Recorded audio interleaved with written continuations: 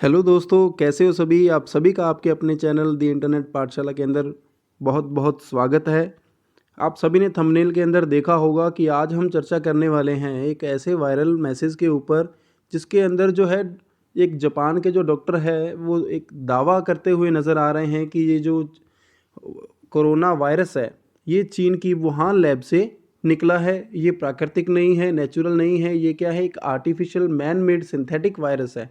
तो अभी जो है हम पहले एक मैसेज को देखेंगे कि वो क्या वायरल मैसेज है, किस तरीके से जो है फैल रहा है, और फिर जो है उसके अंदर क्या क्या दावे किए गए हैं उनको हम देखेंगे, और देन हम अपनी रिसर्च करेंगे और बताएंगे आपको कि ये दावा वाकई में सच्चा है या झूठा है। क्या वाकई कोरोना जो है वो चीन की लैब से निकला है या फिर प्रकृति से आया है। ठीक है, तो चलिए पहले उस वायरल मैसेज को देखते हैं। तो ये देखिए, ये जापान के डॉक्टर हैं तासुक होंजो। ठीक है, उनके फिजियोलॉजी और मेडिसिन के अंदर इनको नोबेल पुरस्कार मिल चुका है दोस्तों 2018 के अंदर। तो इन्होंने क्या कहा कि कोरोना वायरस क्या है, प्राकृतिक नहीं है। मतलब इस शब्द का जो मतलब है वो क्या है, प्राकृतिक नहीं होना मतलब क्या है, नेचुरल नहीं होना, मैन मेड होना, है ना। मतलब ये किसी लैब के अंदर बना है। तो इन्होंने क्या कहा कि यदि ये प्राकृतिक होता तो पूरी दुनिया के अंदर यूं ही तबाही नहीं मचाता। विश्व के हर देश में अलग अलग टेम्परेचर होता है। यदि यह कोरोना वायरस प्राकृतिक होता तो चीन जैसे देशों में ही फैलता, है ना दोस्तों।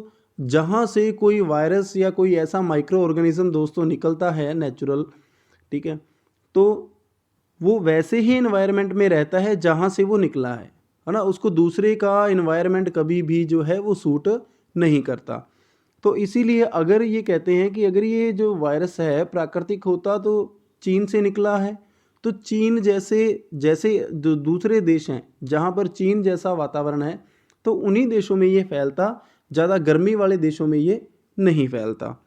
ठीक है, अब ये क्या है कि जिस तरीके से स्विट्ज़रलैंड जैसे ठंडे देश में भी फैल रहा है, उसी तरीके से क्या है, रेगिस्तानी इलाकों में भी फैल रहा है। मतलब ये बहुत ज़्यादा ठंड को भी सहन कर रहा है और बहुत ज़्यादा गर्मी को भी सहन कर रहा है।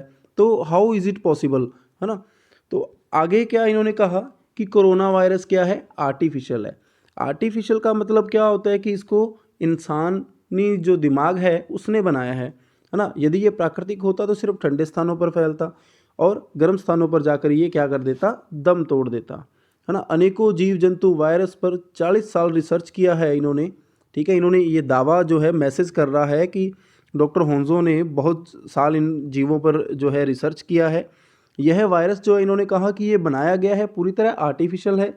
चीन की वुहान लेबोरेटरी में इन्होंने 4 साल काम किया है।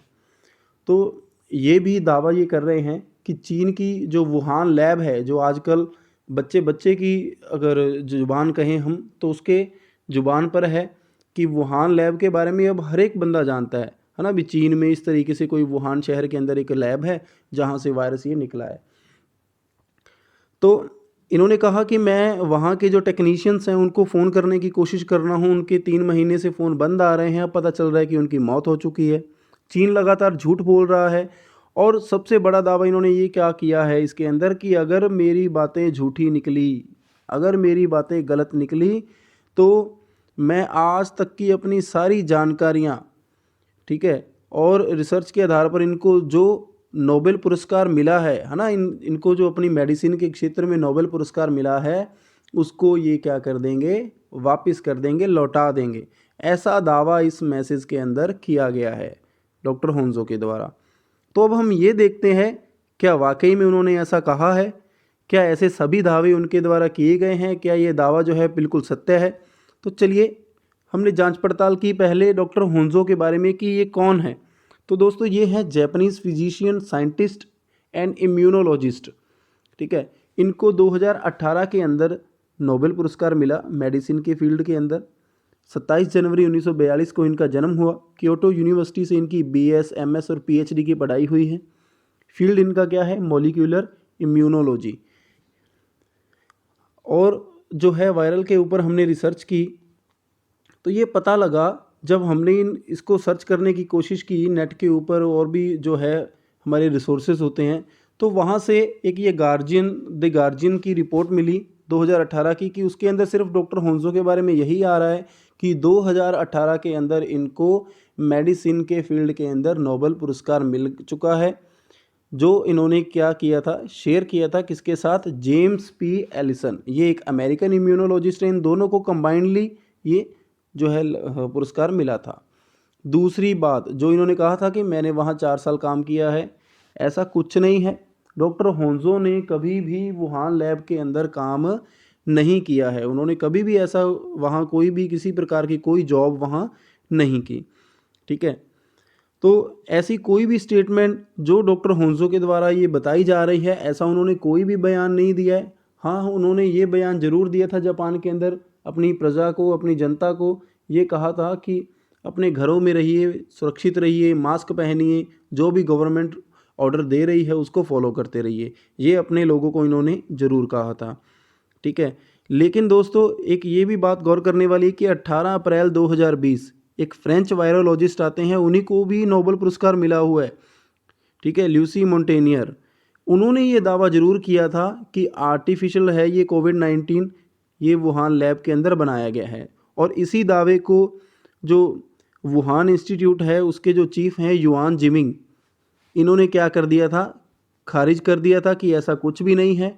उन्होंने कहा कि हमारी जो रिसर्च की गाइडलाइंस हैं वो बहुत ही ज़्यादा क्या है, स्ट्रिक्ट हैं, जिससे किसी भी माइक्रो ऑर्गेनिज्म का लेबोरेटरी से निकलना मुश्किल ही नहीं नामुमकिन है।